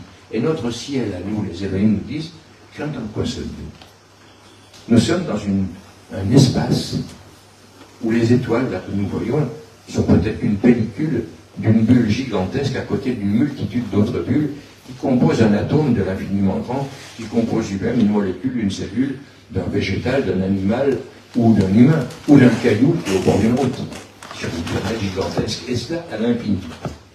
Attendez, là on arrive à des dimensions qui sont bouleversantes pour nos scientifiques, et pour nous-mêmes, pour chacun d'entre nous.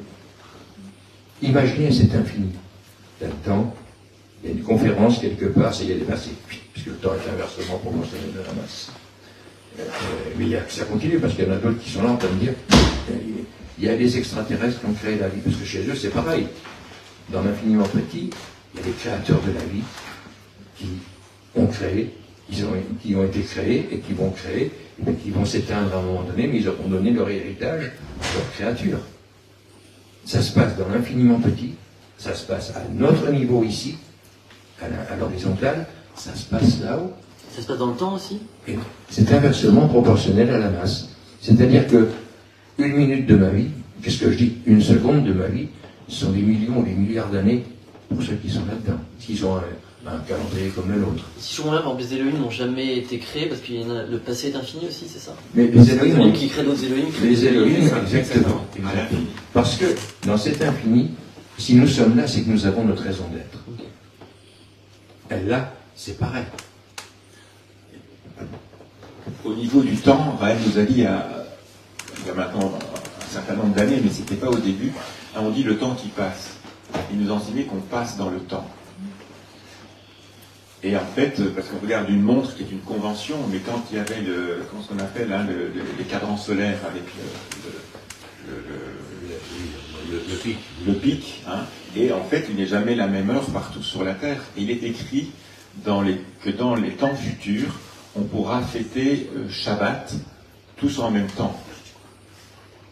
Ben, c'est parce qu'on a la convention de nos montres avec GMT, Greenwich Meridian Time, et donc nous on a fait le Shabbat, mais à la manière raélienne, c'est-à-dire qu'on s'est dit un jour en avril, en premier dimanche d'avril, on s'est convenu d'être tous ensemble en train de faire un contact. Alors il était X heures, telle heure en Europe, moins aux États-Unis, plus en Asie, et nous étions tous ensemble. Et c'était un signe des temps scientifiques que nous pouvions le faire. Et nous savions que nous étions tous ensemble. Mais ça nous écarte, cette notion-là, de l'idée qu'on passe dans le temps. Parce que le temps et l'espace sont deux notions tout à fait liées. Le thème de la soirée, c'était accueillir les extraterrestres dans les ambassades. Donc on a parlé des extraterrestres, on n'a pas parlé de l'ambassade. Où la construire? Alors tu as dit dans l'émission que c'était à Jérusalem, avec les événements qu'il y a à Jérusalem. Qu'est-ce qui se passe? Oui, au départ, pour la construction de l'ambassade, qui est donc le lieu que nous avons à construire pour accueillir dignement nos pères, mais qui n'a pas besoin d'être un lieu très très grand, il était prévu au départ que ce serait à Jérusalem, ou en tout cas tout près de Jérusalem. On a fait 7 demandes, elles ont toutes été refusées, et à un moment donné, Raël nous a dit, maintenant, la demande peut être faite dans d'autres pays, et il y a eu certains intérêts, et maintenant il y a un intérêt plus concret en Afrique, dans une tribu, la tribu de Dan, qui est une des 12 tribus, et qui sont noirs. Alors ce que Raël nous a aussi révélé, c'est que les premiers êtres humains qui ont été créés étaient noirs. Et que donc il y a beaucoup de juifs qui sont noirs, ce qui a été effacé dans les mémoires, parce que les gens parlent aussi effacer les mémoires des autres, de leur vraie histoire. Et donc il y a un peuple qui est en Côte d'Ivoire aujourd'hui, avec lequel on a des relations, et qui pourrait être un endroit où serait construite l'ambassade. Mais il peut encore avoir d'autres endroits aussi. Et donc, l'acceptation est en cours, on va dire. Ça mène une question, est-ce que Raël a encore des contacts, des échanges avec les Elohim pour avoir justement dit que maintenant on peut changer de pays Alors la réponse est oui, mais il dit que c'est pas souvent. Et par exemple, tous les 6 août, il nous communique l'espérance, le potentiel de survie de l'humanité.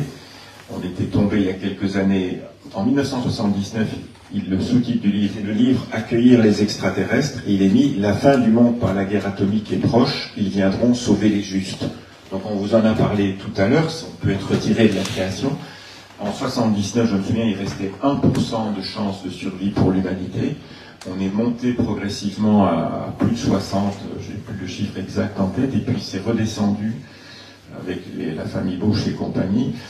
Ça a créé des immenses dangers pour l'humanité.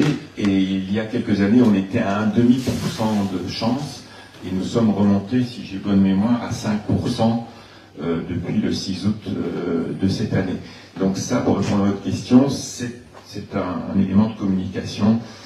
Il y en a d'autres, mais bon, ce n'est pas...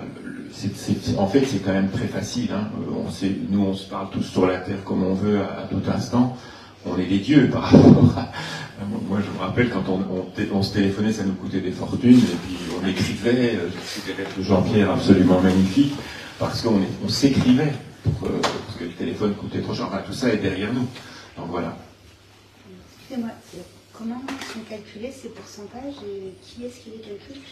Alors, oui, pardon, c'est donc les Elohim qui donnent à Raël un élément avec tout ce qui se passe sur la Terre. Ils disent, voilà, les chances de survie sont de tel pourcentage.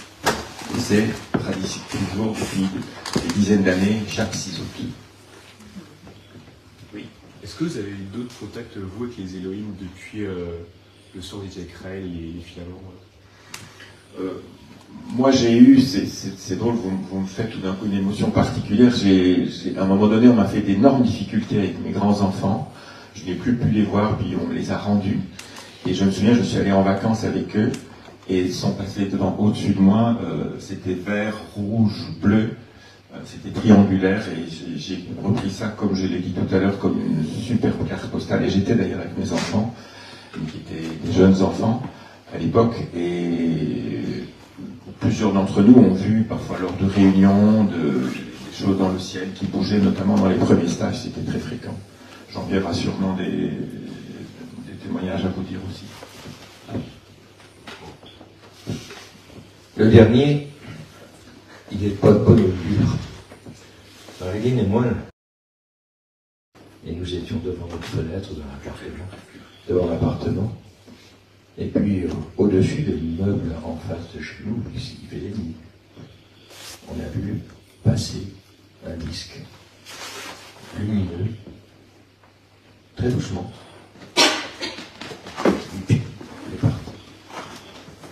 Ça n'avait aucune signification pour nous, si ce n'est que c'était peut-être un ovni. Mais ce qui était le plus troublant, c'est que le lendemain, on nous annonçait que c'était Fukushima. Fukushima venait de jouer un sale tour au Japon. C'est quelque chose qui était étonnant, quoi, parce que ça n'a rien à voir, certainement, mais ce jour-là, enfin cette veille-là, un engin est passé au-dessus de notre maison. Et c'est bien fait voir ce jour-là. Mais j'ai pas eu de contact direct. Non, ça, il n'y a que Raël. Il y a que Raël. Et j'ai d'autres anecdotes également, mais celui-là, c'est ma dernière vision. J'étais pas seul, on était à deux. Allez, la dernière question.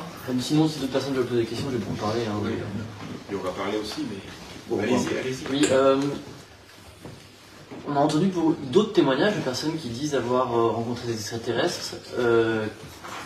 Comment vous les considérez? Est-ce que vous pensez que c'est des menteurs, ou deux des gens qui ont des hallucinations, ou trois autre chose? Ou trois, ils ont vraiment vu les Elohim, mais indépendamment de Raël? Non, il y a des personnes, enfin la plupart du temps, ils voient des engins. Moi, je me souviens d'une dame qui était devenue raélienne, qui dans les Ardennes belges avait vu, avant de lire les livres, elle était dans les forêts denses des Ardennes, Et elle avait vu un engin et puis des petits hommes, et puis ça l'avait d'ailleurs énormément perturbée, et elle était tellement contente de nous rencontrer, parce que nous, on ne la prenait pas pour une folle. Vous avez énormément de témoignages de cet ordre aussi en Afrique. Et curieusement, nous, les gens de l'Europe, on le sait avec un retard très important. Pour moi, c'est qu'ils sont beaucoup plus confiants d'aller en Afrique que d'aller en Europe. On comprend pourquoi. Il ne faut pas chercher midi à 14h pour comprendre pourquoi. Mais il n'y a pas de message. Mais il y a quand même tous les ans des centaines et des centaines de preuves dans les champs, dans les crop-circles, qui sont des œuvres artistiques et voire même scientifiques, puisque maintenant les scientifiques se penchent dessus et trouvent des équations dans la lecture de certaines de ces crop-circles. On nous fait signe gentiment, avec beaucoup de respect, de politesse, sans vouloir nous imposer quoi que ce soit, mais tous ces signes-là sont avant-coureurs, justement, de l'arrivée de l'ambassade. Ils nous font signe, ils nous disent, on est là, on regarde, on vous attend. C'est ça le message qu'il faut comprendre. Oui, j'ai un témoignage, c'est bien ça, pour les crop circles. Il y en avait eu en Belgique, et on m'a demandé de venir faire une conférence qui avait été interdite. On était dans un autobus, enfin interdite, les gens n'osaient pas laisser faire la conférence, donc il y avait un bus, et j'avais les herbes. Et donc la caractéristique des crop circles, parce que les Elohim sont très respectueux de la vie, et y compris de la vie des plantes, c'était pas brisé, c'était courbé. Et donc le cultivateur qui a un immense crop circle dans son champ ne va rien perdre du tout. Et ça, les gens ne le disent pas assez. Donc je l'ai eu dans ma main et je pouvais le montrer. Toi aussi, hein, et là on comprend, quoi. C'est factuel. Attendez, personne. Oui. Est-ce que vous pensez que notre génération verra le retour des Elohim? Alors nous on espère qu'on le verra, c'est 2035. Vous, à mon avis, oui, parce que les temps vont de plus en plus vite. Vous avez remarqué, il y a un proverbe qui dit que la vérité n'a pas mis ses bottes, que le mensonge a déjà fait le tour de la terre, et aujourd'hui les menteurs se font rattraper beaucoup plus vite qu'avant. On peut critiquer les réseaux sociaux quand on les utilise pas bien, mais les réseaux sociaux, c'est quand même un moyen incroyable à notre disposition de communication. Donc les choses vont aller plus vite, ça c'est sûr. Mais vous allez surtout vivre beaucoup plus longtemps. Ça c'est sûr. Votre génération va avoir accès, on a déjà un accès à ça. Moi j'ai un ami d'affaires, il a 1 an de plus que moi. Il a un pacemaker qu'on vient de lui remplacer. Il a eu son premier infarctus il y a 20 ans, il se soigne très bien, très soigneusement, et je dis, tu penses être actif, parce qu'il veut être actif avec moi dans une affaire, et il dit, tu penses agir combien de temps? Je n'ai pas dit combien de temps, je suis quand même plus délicat que ça. Et il me dit, moi je vais toujours travailler, je n'ai aucune envie d'arrêter. Et alors là je plaisante avec lui, je lui dis, et tu penses combien de temps? Il me dit, au moins 20 ans. Et il a raison. Il a raison. S'il se soigne, alors que lui, il est un exemple de personne qui serait. Mon père est mort à 52 ans parce qu'il a fait un infarctus, 2 ans après, il était mort. Mais il n'y avait pas du tout les technologies d'aujourd'hui. Donc, on peut vivre en bonne santé, en prenant bien soin de nous, en très très bon état. Et ce qu'on peut aussi dire, c'est qu'aujourd'hui, de plus en plus de recherches scientifiques s'accentue sur la notion de ralentissement du vieillissement. C'est vraiment... Non, je ne parle pas du clonage. Oui, mais non, le clonage, c'est prendre une cellule et reconstruire. Non, je parle du principe de vieillissement sur le travail sur l'état lunaire. Donc là, on s'amuse sur les petits animaux aujourd'hui à leur donner quelques semaines de plus, quelques mois, pas encore années de survie par rapport à leur âge. Ça va se faire sur l'être humain.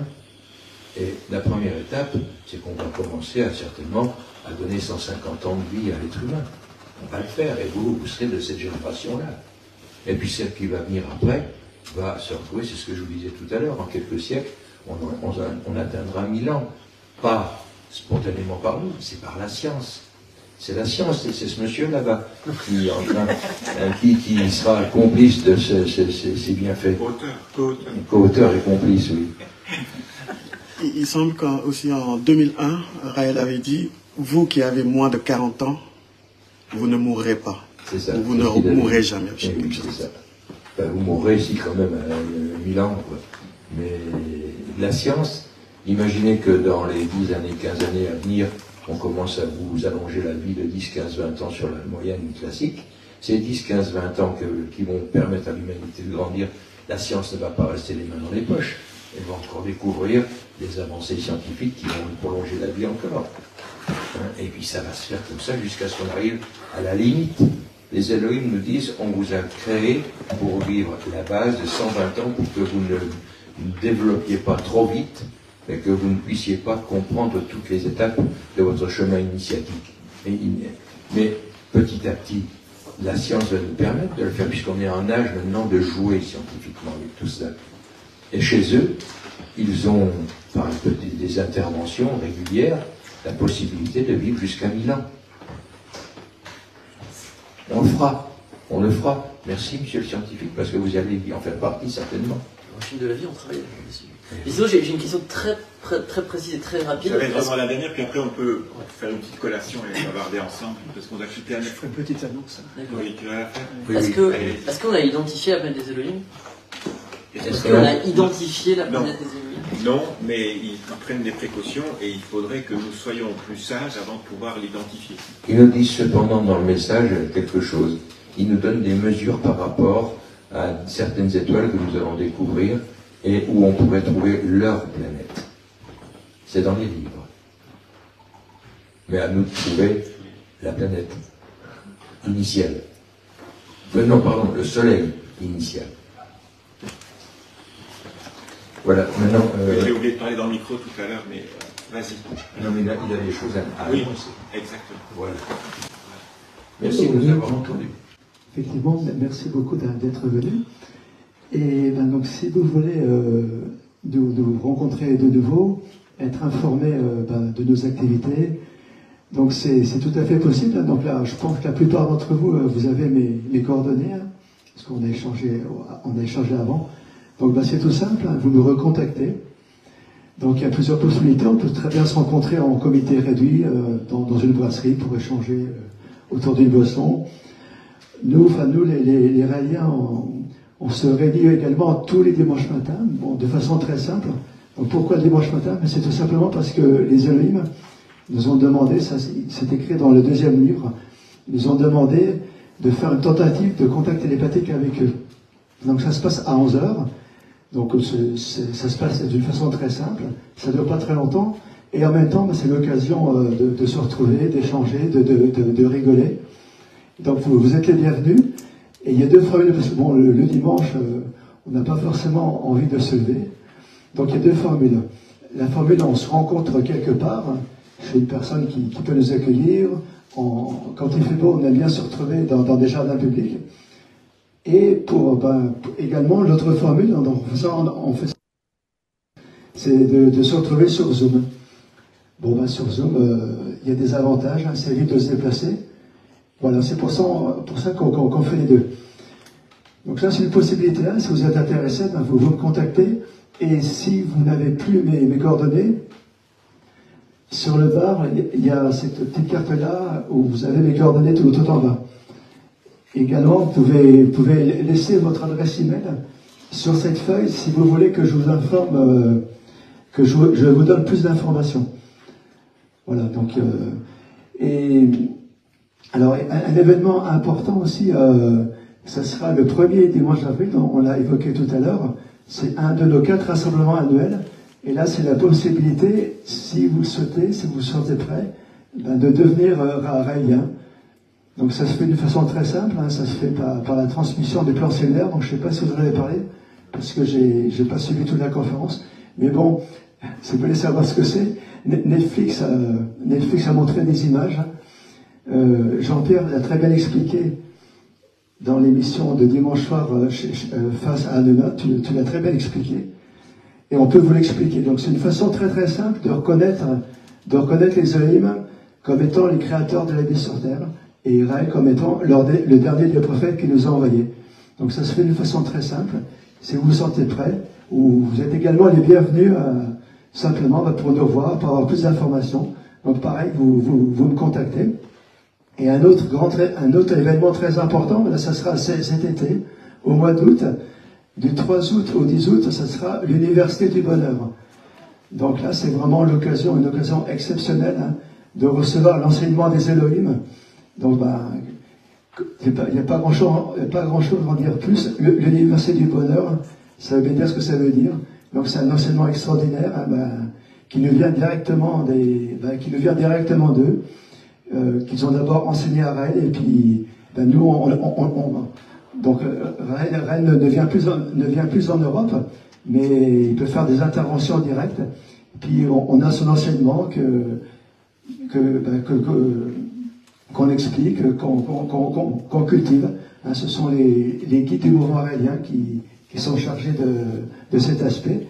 Là, vous avez 3 guides du mouvement arélien qui peuvent également vous en apprendre davantage hein, sur cet enseignement qui nous vient des Elohim pour être plus heureux, pour s'épanouir, pour se transformer. Donc toujours pareil, je suis à votre disposition pour vous informer. Et donc là, vous avez les livres. Alors, ce livre-là est le deuxième. Donc c'est bien, si vous êtes intéressé pour en savoir plus et pour lire les livres que Rennes a écrits, c'est bien de commencer par ces 2 premiers. Donc là, bon, vous n'êtes peut-être pas prévu pour les acheter. Donc, bonne nouvelle, vous pouvez les télécharger gratuitement sur notre site ou les commander sur Amazon. Donc là, c'est des livres que j'ai moi-même commandés sur Amazon et que je peux vous vendre au prix où je les ai commandés.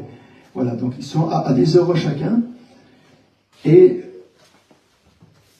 ce livre-là, ainsi que l'autre qui est sur la table, La méditation sensuelle, ce sont des anciennes éditions. Et donc, nous pouvons vous les offrir volontiers.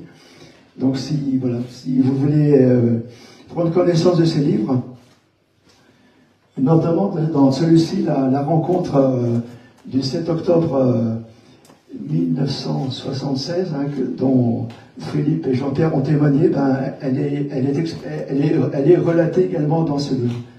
Donc, donc si vous avez envie de le lire, nous vous l'offrons volontiers. Ce sont des anciennes éditions. C'est pour ça que nous pouvons vous faire ce cadeau. Voilà, donc comme nos conférenciers vous l'ont dit, là, si vous voulez rester un petit peu, ça dépend de votre emploi du temps, on peut continuer d'échanger autour du bar, il y a quelques boissons, quelques fruits secs.